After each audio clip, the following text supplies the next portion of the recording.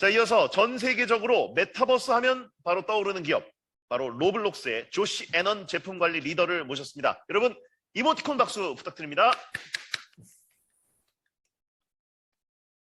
Hi there, my name is Josh Annan. I'm a product manager at Roblox. I need to start today by giving a quick caveat and saying my views are my own and do not represent that of any past and present employer. But I will say that I'm very happy to be here, and I think I have some interesting things to talk about with you.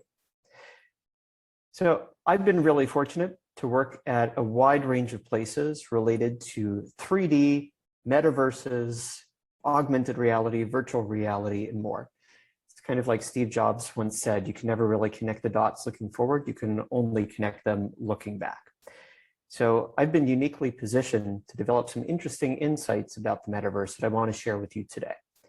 Let's actually start with two quick definitions. People define the metaverse in multiple different ways. This is how I currently think of it. It's a persistent, populated, and immersive set of connected 3D digital spaces. Within that, you have avatars, and those are digital representations of you in a metaverse or other digital world. Now, that definition is important because what I want to talk to you today about is that I think avatars determine what's viable to do, they drive the virtual economy, and they're key to the success of any metaverse. So let's break this down a bit. First of all, I firmly believe that avatar fidelity is what determines what experiences are viable. Now, you know, I often get the question, why is it that all the metaverses now seem to be based around games, whether you're talking about Rec Room, Horizons, or Roblox? I think it's because of avatar fidelity. So let me tell you why. To start off with, when we define metaverse, we said persistent, connected, social. So a metaverse of one person is not a very social place. This means that communication is a fundamental part of metaverse experiences. But if we go back in time, one of the first metaverses that I'm aware of is from Linden Lab in 2003. They called it Second Life. It was actually shown as Linden World in 2002 even. There's a screen capture of their promo video from 2003. The avatars were really crude and ugly. Now, this could potentially be a deal breaker if you're trying to build a metaverse. Do you actually want to connect and communicate with this avatar? More fundamentally, communicating this way is a step backwards, which makes it unappealing. So what do I mean by that? Well, if we think about different communication mediums and we looked at how much information is communicated, and then we look at how synchronous and engaged they are. So how much attention do you have to pay? On one end of the spectrum, you have text messages or telegrams at the extreme, where it doesn't convey much nuance, but it can happen whenever. You can ignore it for a couple days or more and be totally fine. You get the information when you get it. If we go up, we have the telephone. Now, this is something where it's live. You're talking to the person directly. It's not an hour between your message and a reply. And you get a little bit more information. You get people's verbal inflection and cues. So you get more information about what they're really meaning when they say something. And then we have voice chat. So this is something that's highly engaged. I mean, I can't go do my laundry while I'm on a video chat with you. You'd kind of be aware of that. I need to be in front of the camera talking with you. But you're not only getting my verbal inflection, you're getting my facial cues and my hand gestures. So there's a lot more information communicated. Now, the problem when we look at avatar-based communication is that it's highly synchronous, especially if you're doing something like VR. You put on a headset and you cut yourself off from the rest of the world. But avatars aren't capable of conveying all the nonverbal expression that we get with something like video chat. So as a result, avatars as a communication medium right now, they're actually pretty bad because they're so engaged but convey less than video chat. In fact, John Groover, about 4 years ago, he's a tech journalist who comments a lot on Apple. He wrote this about Facebook's avatars when they first unveiled them. It's like, why would you do this at all? Why not just use FaceTime or video chat? So avatars had a problem back when the Second Life was getting started. They're ugly, they're hard to control, they have very limited fidelity. Why would you want to use them? Is the metaverse dead before it started? And then somebody had the bright idea to say, well, what if communication was not the focus of the metaverse? What if something else was the focus and communication was additive? And you know what, it worked. Second Life started off focusing on competing, playing games, something like that. Gaming became a major focus. And that was because having the presence with the avatars was great, and you didn't need all this full fidelity, all of these nonverbals to go play a game together. And then over time, Second Life and their avatars evolved. Companies and schools used it for training. Calvin Klein actually promoted a new perfume released virtually. Can you imagine perfume on avatars? But there was also even a whole dark side with adult-rated content. And what's wild is even today, almost 20 years later, Second Life is still around and still has a reasonable number of users. It's not huge, but it's respectable. But it wasn't just Second Life that was discovering this. Roblox at the time was out as a version of called Dynablocks with incredibly crude avatars, even cruder than Second Life. But because you could go do things together, it became successful.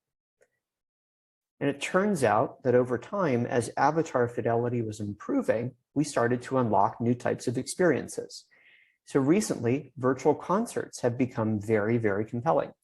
And I fully believe one reason for this is because now we have motion capture actually driving these avatars, and you get interesting, compelling avatars to look at that are doing more than just stiff, rigid movements.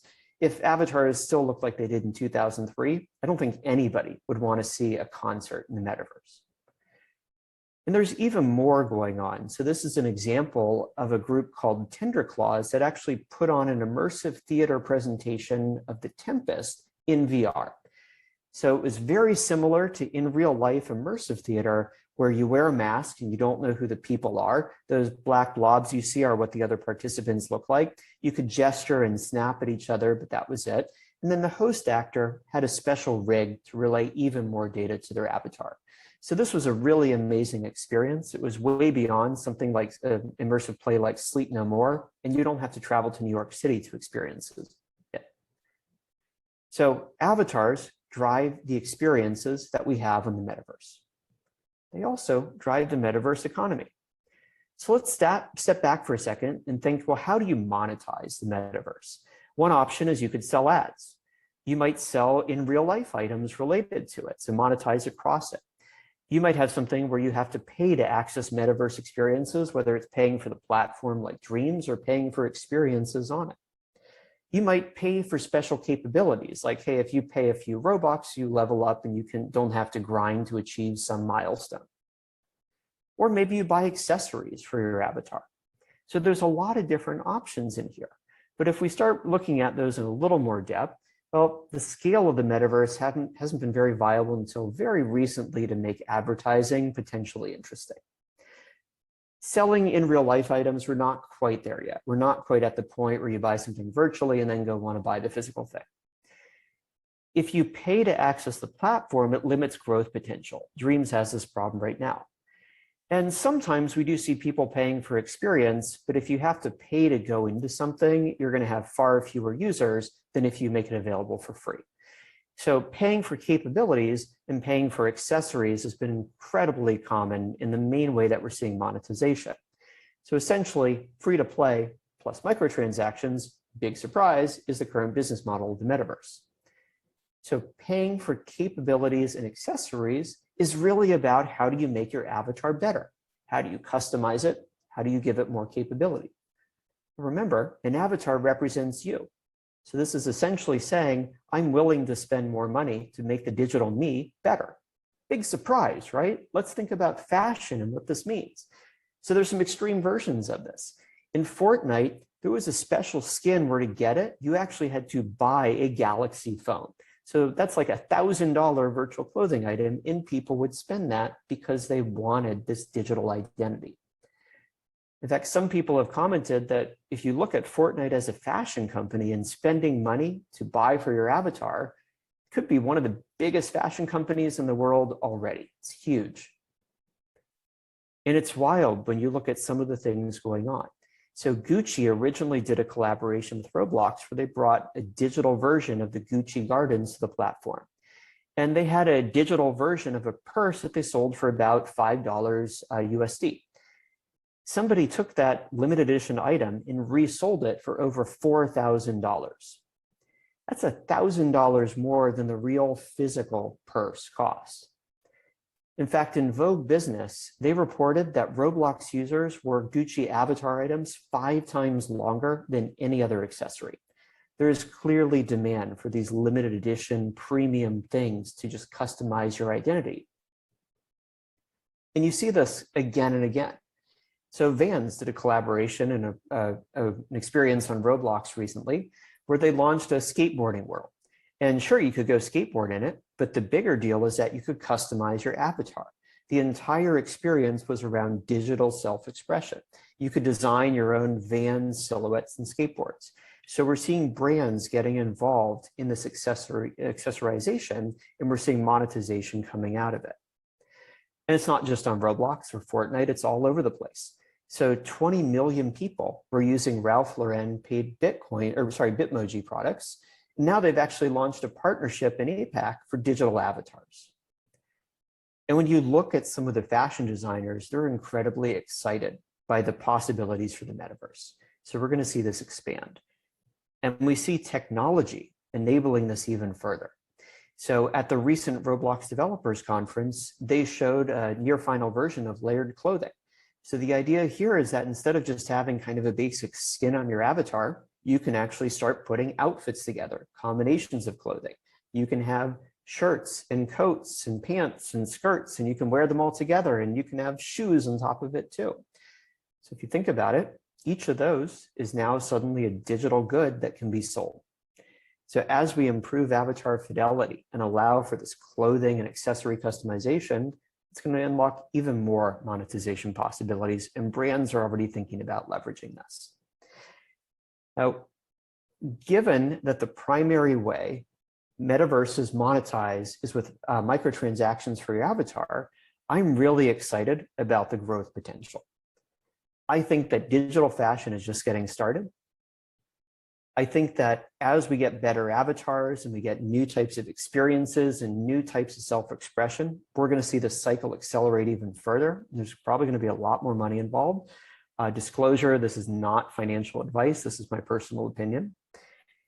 And fundamentally, it comes back to what I said a minute ago. Avatars right now are the heart of the metaverse economy. The other really crazy thing is I think that avatars are going to be the connecting glue between metaverses. So currently, even in early days, there's a multitude of metaverses, everything from Roblox to Rec Room to NVIDIA's enterprise metaverse of Omniverse. And a question keeps arising, how do you connect them? Well, if you think about it, what goes into an experience? There's a lot of pieces. There's the 3D geometry, animation, sound, physics, and other simulation. There's the actual object behavior and code that you have to write. There's what runs locally in your machine and what's running on a server. And there's more. So there's just a lot of pieces that you would have to figure out how to make connect together. Now, some of these are easy, like we already see standards for geometric interchange, like Pixar's universal scene description. Other things like object behavior are incredibly hard because it's so directly tied to the platform's engine. So I really think that we are years away from seeing kind of like an HTML for the metaverse because it's such a hard problem. So maybe there's another way that we can connect things together. But what if the avatar was a connective tissue? What does this mean? So what if there was a central location that knows everything that I've purchased, all those accessories, whatever level ups? Hey, NFTs could be an interesting way to store that. And what if on every platform that I go to, whether it's Fortnite or Roblox, the avatar is able to access something that says, oh yeah, you bought that, and then just load up whatever geometry is appropriate for the platform. Well, we could probably do that with some per platform plugins. It's actually a relatively easy problem. And then a central way to store any skills or other things that I've acquired, some maybe proof that I have ownership to things. Sounds very similar to blockchain. So you kind of see the potential for how we could actually take all of this digital you and make that be outside the metaverses and the connective glue that moves between them. Now, if you go back to what I just said, though, about how avatars drive the metaverse economy, major question is, how does this change monetization?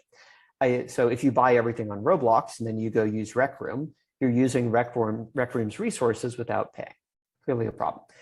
My hypothesis is that over time, we will see avatars become the connective glue, and we're going to see some of those other monetization approaches like advertising become more popular because now the metaverse has scale for this to be viable. So let's look at the future. Specifically, let's talk about 3 different areas: looks, control, and brains. So let's look at looks first. How does your avatar look?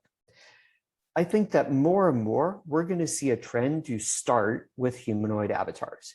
And we want to make it really easy to get a 3D version of you. There are already places like 8i and Dimension Studios that are doing human capture, but it's currently kind of involved and you have to travel to special locations for it. So we're seeing a lot of research now where you could just take a photo of you and generate a 3D avatar from it.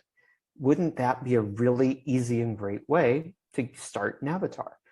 But of course, we don't always want to look like we do in real life. It's a benefit of the metaverse. We can go beyond. So customization is a lot of fun. So I think even if we improve that starting point, we're going to still see all sorts of ways to go customize and go crazy and be a mermaid or an octopus or anything else that we want. The next part is control. How do we control our avatar? How do we make it more natural than teleporting in VR using the arrow keys on a keyboard?